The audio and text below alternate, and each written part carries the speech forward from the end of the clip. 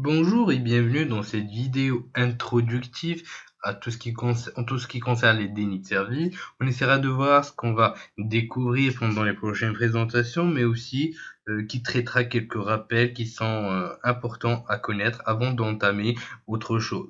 Pendant ce chapitre, nous allons aussi découvrir plusieurs techniques de détection de doses, telles que le fuzzing, qui est une technique qui est très prisée par les hackers. Pour cette présentation, nous allons suivre le plan suivant. Nous allons commencer par une petite introduction, suivie par un rappel du déni de service ainsi que du déni de service distribué, autrement dit appelé DDoS. Une fois qu'une ressource est accessible via Internet, il faut pouvoir considérer le risque du déni de service. Cela va de soi, et c'est un risque qui n'est pas à négliger, car il touche directement à la disponibilité de vos ressources. C'est vraiment très frustrant et coûteux pour les entreprises. C'est vraiment très difficile à stopper. On peut pas quasiment éradiquer le risque de déni de service, mais néanmoins, on peut le limiter grâce à des solutions anti-DOS ou encore anti-DDoS. On peut aussi l'exploiter en utilisant différents types d'attaques tels que le buffer overflow pour déclencher un déni de service au sein d'une application, par exemple. Il faut d'abord bien sûr comprendre les types de déni de service, les différents types d'exploitation possibles, ainsi que la détection de ces derniers qui est vraiment très intéressante, la technique dont on va parler, qui est le fusil. Donc dans ce chapitre, on traitera plusieurs menaces relatives au déni de service, les différentes possibilités d'exploitation passant par SCAPI, qu'on a pu découvrir dans la première partie de la formation concernant l'essentiel du hacking de la sécurité, en utilisant même des scripts Nmap, Metasploit, etc. Un petit rappel sur le déni de service. Comme on l'a dit, le déni de service est une attaque visant à toucher la disponibilité d'une application, d'un site web, d'un serveur, etc. Cela peut toucher peut toucher votre routeur, peut toucher le réseau de votre entreprise ou encore au niveau du serveur directement. Donc on parle aussi au niveau de l'application aussi bien sûr.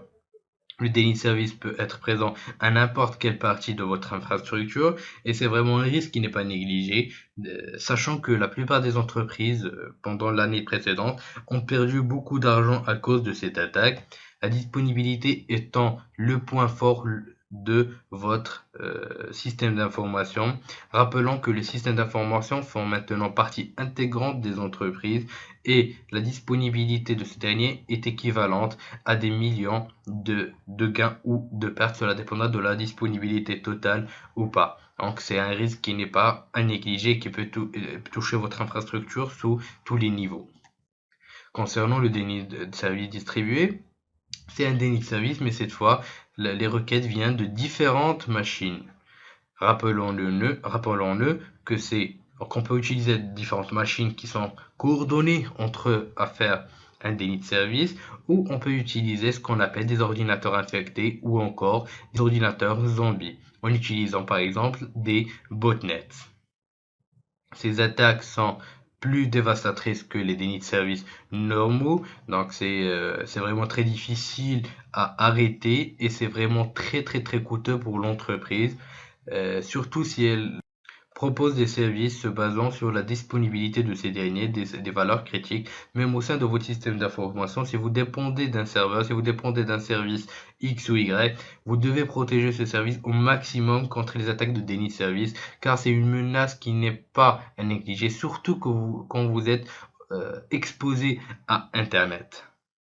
Une fois connecté, toutes vos ressources seront une cible pour les hackers. Il faut diminuer au maximum la surface d'attaque. On a dit que la reconnaissance vise à exploiter le plus possible et agrandir la surface d'attaque. Dans notre cas, on va enlever la casquette du hacker et vous devrez mettre aussi la casquette de celui qui va défendre le réseau, de l'administrateur réseau, pour pouvoir utiliser vos connaissances des techniques de hacking pour pouvoir rétrécir au maximum cette surface d'attaque. C'est le but même de ces formations qu'on est en train de vous préparer sur le hacking et la sécurité.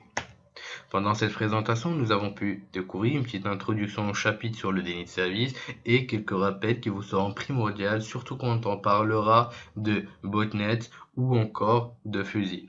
Je vous dis merci de votre suivi et à la prochaine vidéo.